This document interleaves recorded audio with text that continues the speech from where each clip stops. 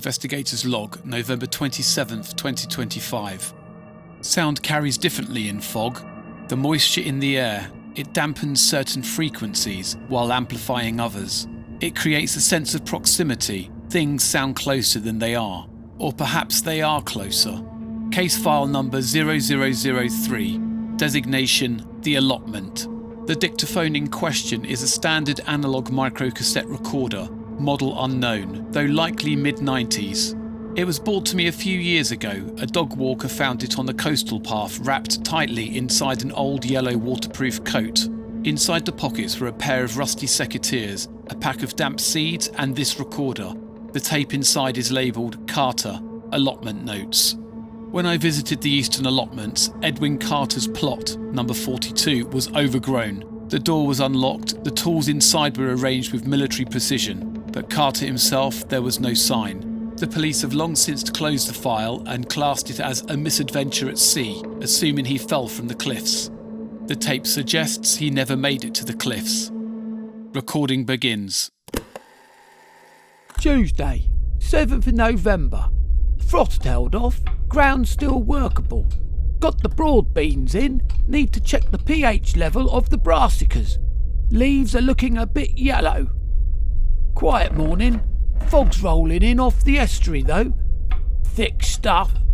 Can't see the lighthouse. Must be a leak in the shed roof. Floor's wet. Thursday, fog hasn't lifted. It's sticking to everything. Cold too. Damp cold. Gets in your joints. Saw some kids down the old fence, plot 50, just standing there. Thought they were eyeing up the tools. I shouted at them to clear off. Didn't run, just stepped back into the mist. Gone. Odd though, they weren't wearing shoes. Mud's freezing. Parents these days want shooting. Saturday. Arrived at my plot this morning. It's still here. Can't see 5 feet past the window. It's like the world's ended and I'm the only one left with a bag of compost. They're back. The kids. 3 of them now, standing right in the middle of the onions. I went out to chase them off my property this time. Got within 10 feet. I looked down to tie my boot just for a second. Then I looked up and they were 10 yards closer. Didn't hear a step, not a sound. Like they were just, placed there. They're wet, soaking wet, grey looking. I asked if they were lost. Didn't say a word. So rude. Just stared, eyes like wet pebbles. No white in them at all. I locked the gate. I know I locked the gate. How'd they get in?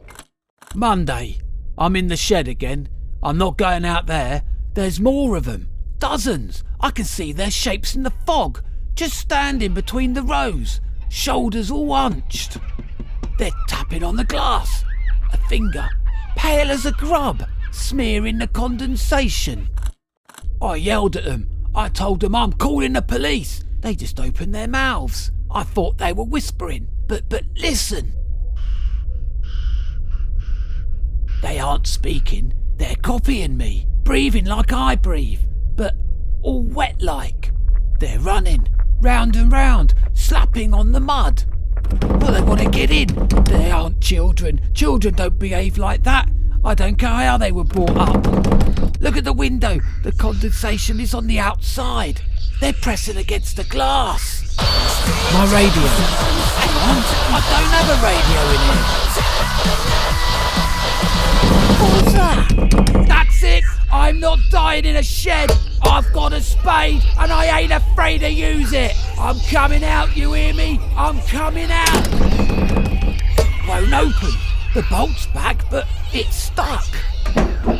Windows are sealed shut too. What on earth? The floor! It's opening up. The water is rising.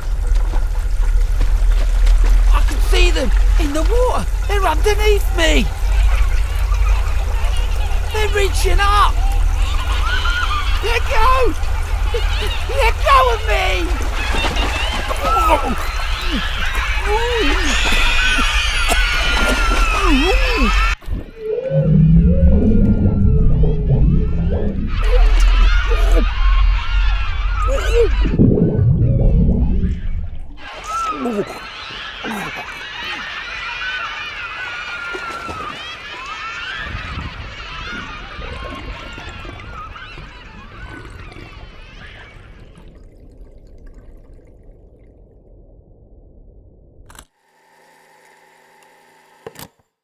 Recording ends.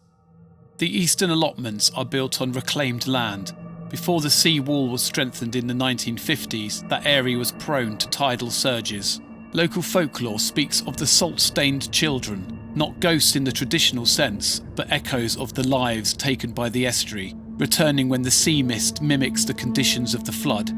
They are said to seek warmth, to seek entry. But the folklore does not explain the audio anomaly on the tape. Mid-recording, a burst of radio frequency interference is audible. I have analysed the waveform. It is a complex multi-band signal, modulating with impossible clarity. Carter's dictaphone has no receiver, it has no antennae, it is a closed magnetic loop.